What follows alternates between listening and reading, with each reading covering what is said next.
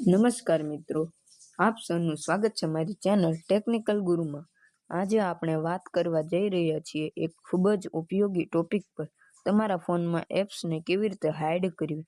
હા મિત્રો, ઘણી વખત આપણો ફોન કોઈ બીજું લઈ લે છે અને આપણે નથી ઈચ્છતા કે તે વ્યક્તિ આપણા પર્સનલ એપ્સ જોઈ શકે, જેમ કે વોટ્સએપ, ગેલેરી, ફોટોસ કે બેન્કિંગ એપ।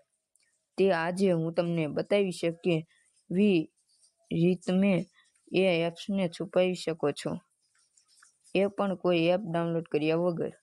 ઘણા ફોનમાં ડાયરેક્ટ હાઇડ એપ્સ ફીચર્સ હોય છે। હવે આપણે આ વિડીયો શરૂ કરીએ। પહેલા આપણે સેટિંગ ખોલીએ।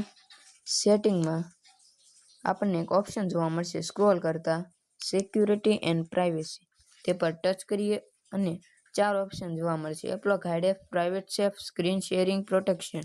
એમાં બીજો ઓપ્શન હાઇડ એપ્સ હશે, તેમાં આપણે કોડ નાખવાનો છે, તે કોડ પ્રમાણે આ ખુલી જશે। તેમાં આપણે એક એપ જેમ કે હાઇડ કરીએ, અલાઇટ મોશન હાઇડ કરી નાખ્યું, પાછા બહાર નીકળી જઈએ।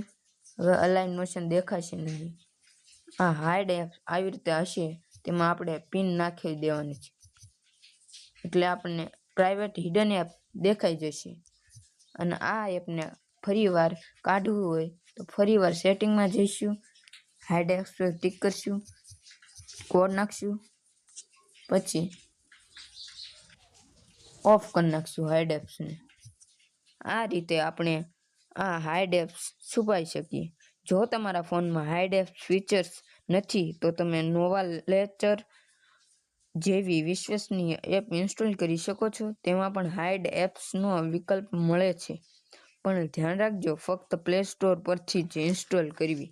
કેટલીક ફેક એપ્સ હાઇડ એપ્સ નામે આવી છે જે તમારા ડેટા ચોરી શકે છે, એથી એવી એપ્સ ક્યારેય ડાઉનલોડ ન કરવી। હંમેશા પ્લે સ્ટોર પરથી જ સિક્યોર એપ લો અને તમારા ફોનની પ્રાઇવેસી સેટિંગ્સમાં કોડ લગાવવો ભૂલશો નહીં। તો મિત્રો, હવે તમે જાણ્યું કે કેવી રીતે તમારી એપ્સને બીજાથી એકદમ સુરક્ષિત રીતે છુપાવી શકાય। જો વિડીયો ઉપયોગી લાગ્યો હોય તો લાઈક જરૂર કરજો, કમેન્ટમાં લખો કે તમે આ એપ્સ હાઇડ કરવી ઈચ્છો છો, અને આવી જ માહિતીભર્યા વિડીયો માટે ચેનલને સબસ્ક્રાઇબ કરીને બેલ આઇકન દબાવી દેવાનું ભૂલશો નહીં। મળીશું આગામી રસપ્રદ વિડીયોમાં, ત્યાં સુધી થેન્ક યુ અને સેફ રહો।